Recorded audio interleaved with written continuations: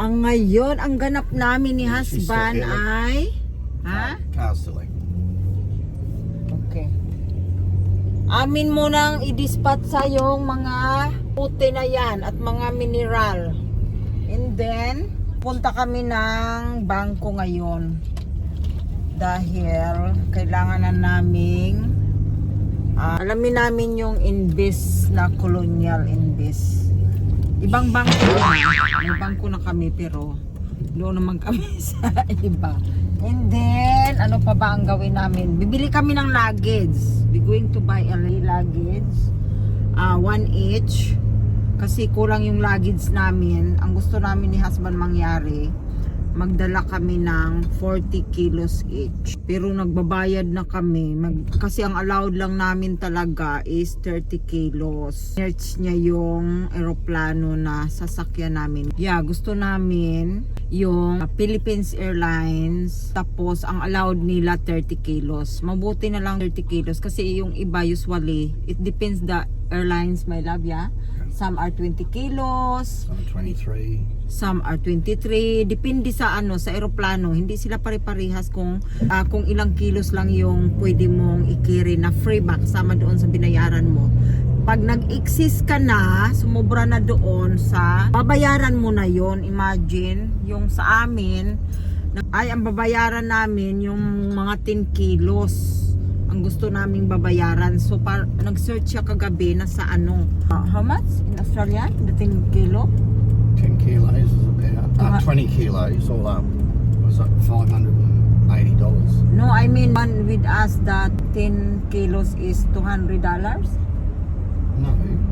Because we're going to have extra, remember? 10 kilos, Yeah, you the 10 said? kilos was worth $180 US each. Oh, which 100. turned out to be $540. Oh, yeah. Because ang price nila is US dollars. Yeah, And then, it's all in Australian, sa na, $500 something. Imagine mo. Kasi mas mataas nga yung US kaysa Australian. So, ganun ang nangyari. Oh my God. Biruin mo yun. Nasa, I think sa Philippines money, nasa 15,000. Mga 15,000 na yan do. Grabe no, ang mahal. 15,000 mahigit siguro. Hala, grabe na talaga to. Pero kailangan namin talaga mag-extra kasi otherwise hindi ko madadala yung ibangan kong dalhin yon kasi yung iba doon mga salubong ba. Kaya nga nag-start na ako talaga para alam na namin kung ilang kilos yung madadala namin. Yung mga boxes namin nakaalis na. So mga September pa daw yon dadating sa Pinas. Kaya kami bibili na ngayon ng luggage dahil para malaman na namin kung maka 40 kilos ba kami or susubra ba ng 40 kilos. Kailangan hindi kami sumubra ng 40 kilos each. Yun na yung fix namin talaga. Ay, grabe na talaga. Wala nang katigil-tigil. Pag-organize, no? Ganun talaga. Buti na lang ang weather ngayon is nice day. So nagmamadali kaming mag-washing kanina, busy-busy. Sampay na kami. Grabe namin daming labahin galing Sydney. Tambak pa. Ayun na nga, sinalang pa ako doon. Iniwanan. Sinampay muna namin yung natapos na. Saka kami umalis ni husband kasi sabi ko sayang ang init Sani ngayon dahil kahapon sobrang ulan na makulimlim na hindi mo maintindihan. Magdilim o ulan. Yun lang yung ganap namin for today, guys. Thank you for watching. Mwah. Diyan yung diyan mo ibibinta kalakal. Timbangin lang nila yan. Kung ilang kilo ka. Kaano kami? 200 mahigit. Ano din yun? Kulang 10,000 Philippines man. Nagpagbintahan namin. Are you gonna wait? You gotta wait, you don't have a choice. Then they're the one. They come to you. Okay. Busy pa sila.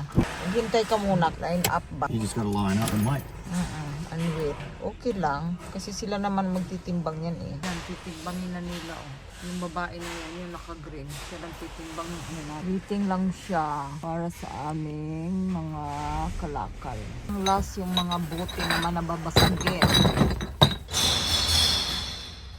Marami kasi yung naipon namin din Ito na ang aming pinagbintahan sa aming kalakal. Naka $78 point something. Sa Philippines money, hala. Almost 3,000 pesos. O biruin mo yan. Inom-inom lang kami yung mga pinag-iinuman namin na mga mineral, ilalagay lang namin sa carton or sa plastic na pangbasurahan, tapos yung mga lata, mga kung ano-ano pa dyan, di ba? Why not? Lalagay mo lang naman sa isang tabi, tapos pag naipon mo yun, ayun na! Yahoo! Happy na kami.